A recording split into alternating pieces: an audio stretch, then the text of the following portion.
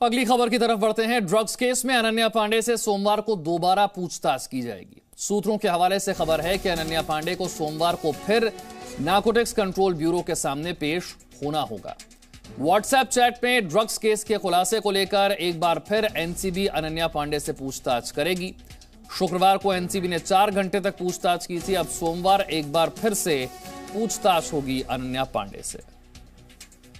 तो drugs case में आर्यन के बाद अब अनन्या पांडे से एनसीबी लगातार पूछताछ कर रही है। अब तक एनसीबी ने अनन्या से 6 घंटे की पूछताछ कर ली है और अब एक बार फिर सोमवार को अनन्या को एनसीबी के दफ्तर बुलाया गया है। इस पूछताछ में भी बार बार एक ही बात निकलकर सामने आ रही है और वो है व्हाट्सएप चैट। रिया चक्रवर्ती से लेकर आर्यन खान तक एनसीबी को कई जानकारियां मिली है, मगर इस पूरे मामले में एनसीबी और एनसीपी के बीच भी एक अलग ही जंग चल रही है। एनसीपी के नेता नवाब मलिक ने तो अब जोनल डायरेक्टर समीर वानखेड़े को धमकी दे दी है।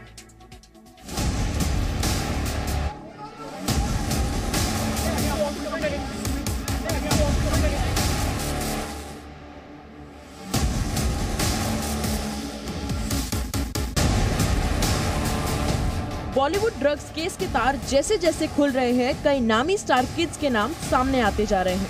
आर्यन खान से शुरू हुई इस ड्रग्स मंडली की कहानी फिलहाल अनन्या पांडे पर आके रुकी है। एनसीबी के दफ्तर में अनन्या से करीब 4 घंटे तक पूछताछ हुई। दोपहर में जब अनन्या पांडे एनसीबी के दफ्तर पहुंची तो पिता चंकी पांडे साथ में थे। एनसीबी ने अनन्या पांडे से एक चैट दिखाकर सवाल पूछे। चैट में आर्यन ने अनन्या से पूछा था कि क्या गांजा अरेंज हो सकता है, तो जवाब में अनन्या पांडे ने लिखा, मैं अरेंज कर दूंगी। लेकिन अपनी सफाई में अनन्या ने कहा कि मैं सिर्फ मजाक कर रही थी।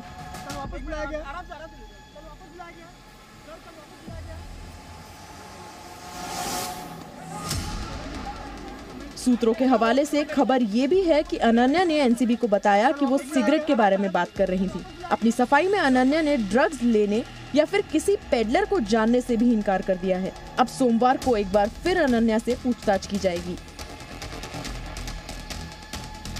बॉलीवुड में नशे का खेल कितना गहरा और पुराना है ये कोई नहीं जानता, लेकिन इतना जरूर है कि हाल के दिनों में व्हाट्सएप चैट एनसीबी के लिए बड़े सबूत बने हैं। रिया चक्रवर्ती से लेकर अनन्या पांडे तक ड्रग्स रैकेट की तह तक पहुंचने की कोशिश में जुटी एनसीबी को ऐसे व्हाट्सएप चैट से बड़ी मदद मिली है। उधर एनसीबी और एनसीपी के बीच एक अलग ही विवाद शुरू हो गया है। ड्रग्स केस को लेकर एनसीपी एनसीबी पर कई तरह के आरोप लगा रही है। हालांकि इन आरोपों को एनसीबी के जोनल डायरेक्टर ने सिरे से खारिज कर दिया है। लेकिन अब एनसीपी के नेता और महाराष्ट्र सरकार के मंत्री नवाब मलिक ने नया आरोप लगाया है। नवाब मलिक का कहना है कि उन्हें धमकी भरे कॉल किए जा रहे हैं। मेरे पर्सनल नंबर पर ये धमकी भरा कॉल नहीं आया।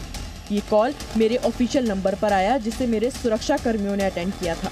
राजस्थान से धमकी देने वाले शख्स ने कहा कि वानखेड़े का पीछा छोड़ दो वरना उड़ा देंगे तुम्हें। मैं पुलिस को लिखित में शिकायत देने जा रहा हूँ। लेकिन इस बार किसी भी मामले में एनसीबी के जोनल डायरेक्टर समीर वानखेड़े ने कुछ भी कहने से इनकार कर दिया है। आज जो पूछताछ हुई उसके बारे में कुछ क्या बताएंगे?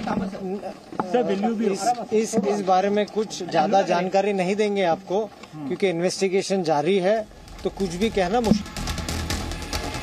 शुक्रवार को पूछताछ से पहले एनसीबी ने मुंबई के एक ऐसे ड्रग पेडलर को पकड़ा जो आर्यन खान और अनन्या पांडे की बीच की कड़ी बताया जा रहा है।